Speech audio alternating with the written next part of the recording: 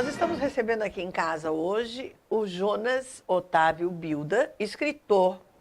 Fez o lançamento do seu livro semana passada e veio nos apresentar. É teu primeiro filho?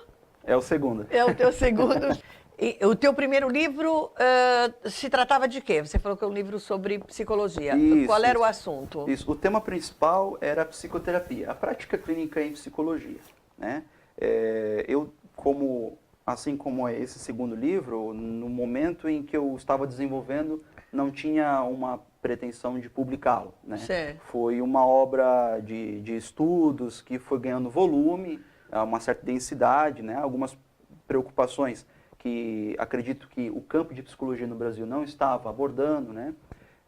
Quando aborda confusamente. Por isso que eu acabei entrando nessas linhas de psicologia humanista, a psicologia fenomenológica existencial. Trabalhei um pouco a filosofia do pensador alemão chamado Martin Heidegger, que trouxe a Daseinsanálise para o Brasil, e algumas outras questões, né, que eu senti, inclusive na minha formação, certas necessidades. Esse seria o termo, algumas necessidades, né? Então, como esse estudo, combinado com 2 estudos de caso, que foram casos que eu acabei atendendo na clínica escola do Centro Universitário de Brusque, então o livro acabou sendo desenvolvido em 2 partes, né? Uma apreciação teórica e a visualização de tudo aquilo na prática.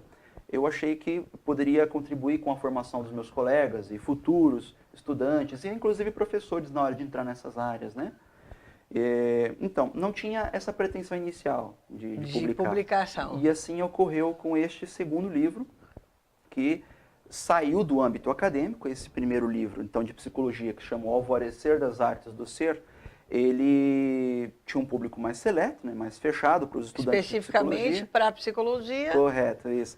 Esse, ele já é mais amplo, porque ele trata de questões humanas. Ele é uma obra que eu poderia chamar obra filosófica. Chama-se Cartas de um Solícito Acompanhante. Isso. Esse também, então, esse veio de cartas mesmo. Não é só, o título não é apenas chamariz literário, né? Ele veio de cartas que eu troquei com um grande amigo meu, né, de 9 anos aí de amizade, chama Diel Gedai da Silva. Hoje ele estuda História na FURB. Nós nos correspondemos entre final de 2016 e o começo de 2017. Via carta mesmo? Cartas, isso, via cartas mesmo. Gente, hoje em dia não se fala em carta, é e-mail, é WhatsApp, né? Quando ele falou cartas, eu achei que era uma figura retórica, mas é carta mesmo? Exatamente, correspondências, manuscritos entregues. Que legal! Né? Isso, parte de um certo modo, não apenas de uma certa desconfiança da tecnologia, não seria bem o caso, nós não somos tão barrocos assim, né? Mas, claro... Não, porque é raro, por isso que eu tô, sim, né? Sim, claro. Estranhei porque é raro hoje em dia. Sim. Mas mais por conta da necessidade que tínhamos de nos reaproximar. Veja, eu comecei a faculdade antes dele e ficamos uns 3 anos sem podermos sentar e conversar no momento. A faculdade exige muito tempo, né, de dedicação. E então acabamos pensando nessa possibilidade de recomeçar a certas discussões, né? E vocês faziam essas discussões eram sobre a área de psicologia?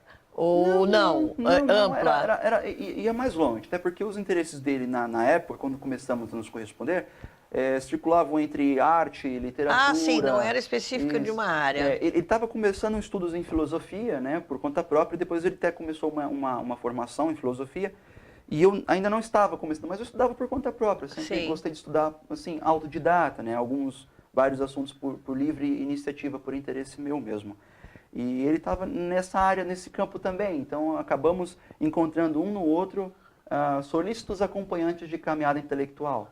Que legal. Então muitos temas que eram de interesse dele naquele momento, eu estava começando a ter interesse, ou vice-versa. Né? Então demorou pelo menos 1 ano até eu começar a ver que, poxa, eu estava dando um volume bacana nessas discussões, né?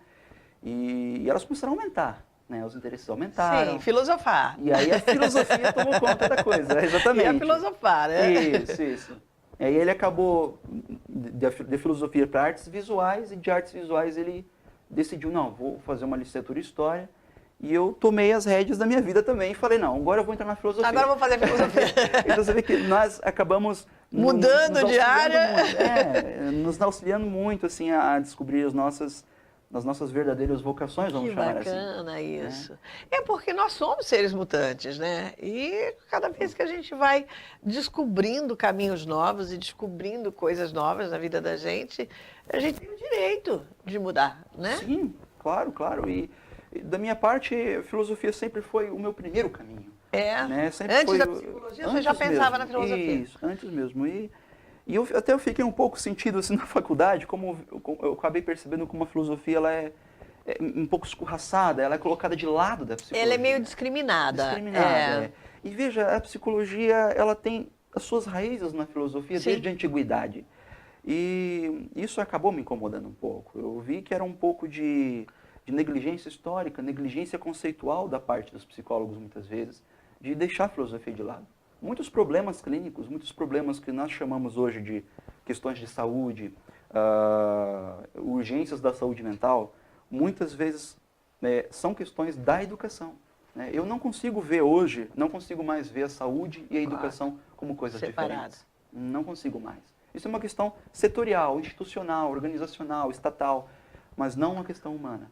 Né? Então, a educação e saúde, elas não têm como ser vistas separadamente. O trabalho de um psicólogo clínico é um trabalho de educação. Você fala saúde mental, né? Saúde que também acaba somatizando e criando problemas físicos, sim, né? Veja questões de nutrição. Você vai com o nutricionista, ele te reeduca a se alimentar corretamente, de acordo com suas necessidades. Eu vejo muito agora vou filosofar também, né? Claro. Eu vejo muito a determinação e a vontade de comer o que quiser de certas crianças.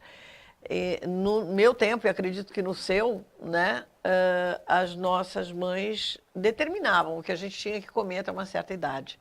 Né? Você precisa de tal e tal e tal alimento.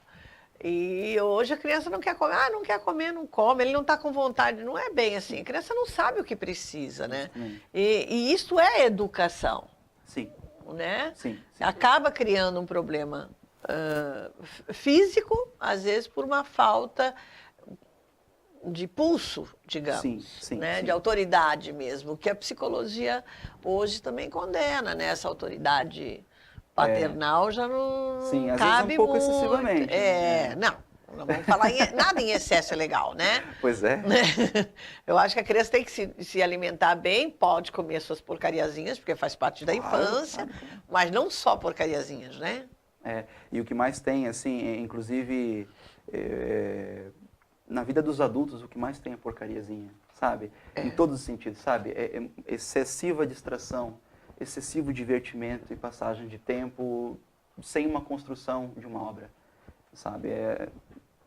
Essas questões, no modo geral, elas estão... E você diz que isso tudo afeta psicologicamente, obviamente, fisicamente. Sim, claro. E historicamente também, né? Nós precisamos de homens de pulso, nós precisamos de obras com uma pegada concreta. Precisamos de líderes verdadeiros. Exatamente. Assim, veja, a gente está falando de nutrição, daqui a pouco a gente está falando de saúde mental, e a gente está falando de questões humanas que não se deixam silenciar com a passagem do tempo. Verdade. Né? E tudo isso são netinhos, são filhozinhos da filosofia. Não tem como deixar isso de lado. Educação, o étimo de educação, o educere, educare, educere, vem de orientação, né? De você levar adiante algo. Né? E isso pressupõe um diálogo, isso pressupõe alguém junto com outro alguém. E você não acha que pais estão passando essa função, essa obrigação de educar para as escolas? Estão delegando poderes que lhes cabem? Há uma discussão muito grande, não tão complexa quanto geralmente se diz, quanto a essa confusão entre ensino e educação. Ensinar e educar, né? Porque as instituições, elas têm a proposta de ensino. Ensinar. Educação, eu acho que vem em casa. Tem essa discussão, assim. Inclusive, esse acho que é o tema mais pesado, mais difícil e mais longo desse meu livro. Até porque É mesmo? um dos Trata de... capítulos gente! Então, vamos indicar, pais, por favor, recomendamos, sim. Né? Vamos entender que educação e instrução são coisas distintas, né? Então, vamos educar em casa e deixar que a instituição coloque a instrução devida às nossas crianças, porque misturar essas coisas acabam perdendo o pulso, né? Essa foi uma proposta mais antiga. A proposta medieval, por exemplo, é uma proposta de educação completa. A instituição, claro, ela faz o seu papel de dar os conteúdos, de formar o homem, né? Artes liberais, de um modo geral, mas em casa há muito o que ser feito. Tem que ter, né? Tem que ter limite. Claro, a moral, o exemplo, os modelos. Exemplo, principalmente, né? Exemplo é bom e eu gosto, né, bobo? Porque não adianta dizer faz o que eu falo, mas não faz o que eu faço, porque a criança é uma esponja, absorve tudo que vê. Sim, né? sim. Jonas, muito obrigada pela tua presença. Indicamos, né, aos nossos telespectadores, então a procura, como é que faz para encontrar o livro? Está nas livrarias, é através do teu WhatsApp, através do teu Face, como é que consegue? Isso, entre em contato comigo diretamente pelo WhatsApp, pelo Facebook. Né? Passa o número do teu WhatsApp, então, para gente. O WhatsApp é 99109-7268. Eu estou acessível ao Facebook também, Jonas Bilda. A obra, em breve, ela estará à venda nas livrarias aqui da cidade, né? Aqui em Brusque. Isso, aqui de Pessoal Brusque. de Blumenau, Gaspar, que quiser, então, via WhatsApp, via Facebook. No site da livraria, é a editora Multifoco, uma editora do Rio de Janeiro. Pode fazer a compra por lá. Também consegue comprar pela internet. Pela internet, facilmente, boleto, cartão de crédito e tal. Bem fácil. Facilitado e tal, porque ler nunca é demais, saber não ocupa espaço e faz um bem danado pra gente. Com certeza, com certeza. Né? Muito obrigada pela tua presença, Jonas, e sucesso. Muito quando obrigado. tiver o terceiro filho, por favor, traga pra gente. Claro, Tá vai bom? ser uma honra. Muito obrigada. Muito obrigado.